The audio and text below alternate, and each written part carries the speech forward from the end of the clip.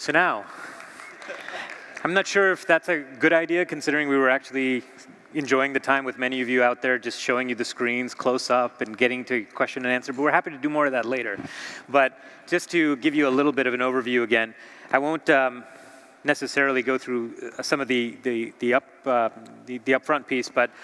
look, fundamentally, the problem we're focused on solving is contract freight and the challenges with contract freight. And we've experienced this problem firsthand by working with shippers, carriers, and 3PLs over the years. And the primary area of attention that we've focused our energies is on the non-binding nature of rate agreements that come out of RFPs. What you're seeing here is the analytics engine, which is the typical intake point for most of our shipper, carriers, and 3PLs who start to engage with logistics exchange. And what this is doing is it's automating the analysis using a set of machine learning algorithms to prioritize the contracting opportunities that make the most sense for a particular member of logistics exchange. In this case, a shipper has got some blocks of volume across a set of lanes that make sense for a forward contract, that bring predictability for him from a service standpoint as well as from a cost standpoint. For the carrier, it provides that predictability of volume that they can start to build around and gain efficiencies, building backhauls and building driver-friendly freight.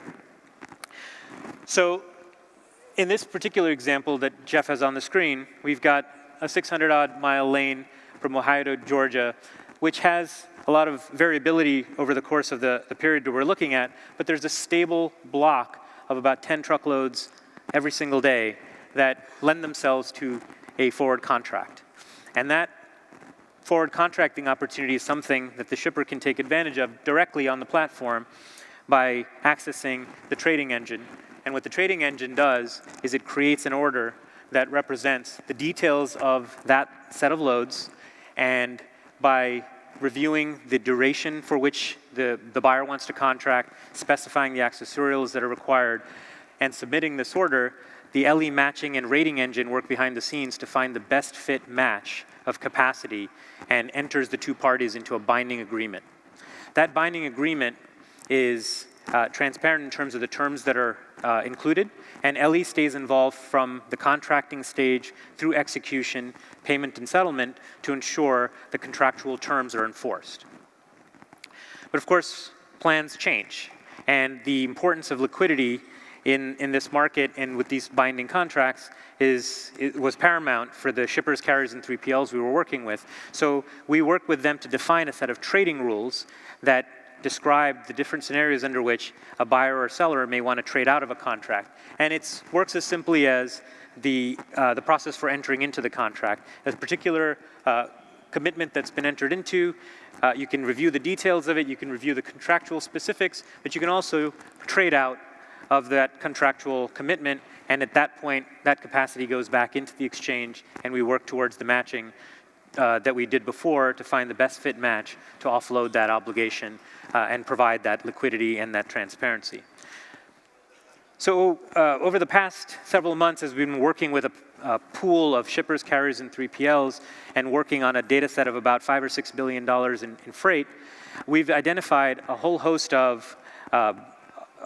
buy and sell opportunities and also trade out opportunities. And what that started to do for us is represent the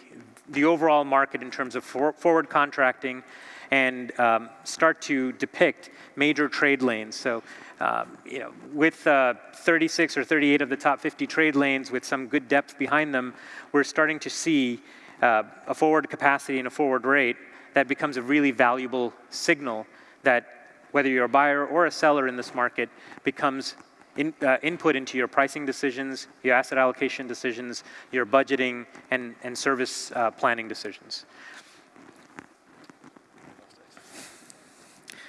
So we're not totally through the connectivity issues here yet, but please come by. We do have sort of the offline examples that we can share with you at our booth, but we'd love to take you through specific examples and describe how your companies can take advantage of some of the volumes that are out on the exchange, the binding contract, and find ways to engage with the platform and see how it can work for you and bring benefits to your organization. Look forward to chatting with you soon.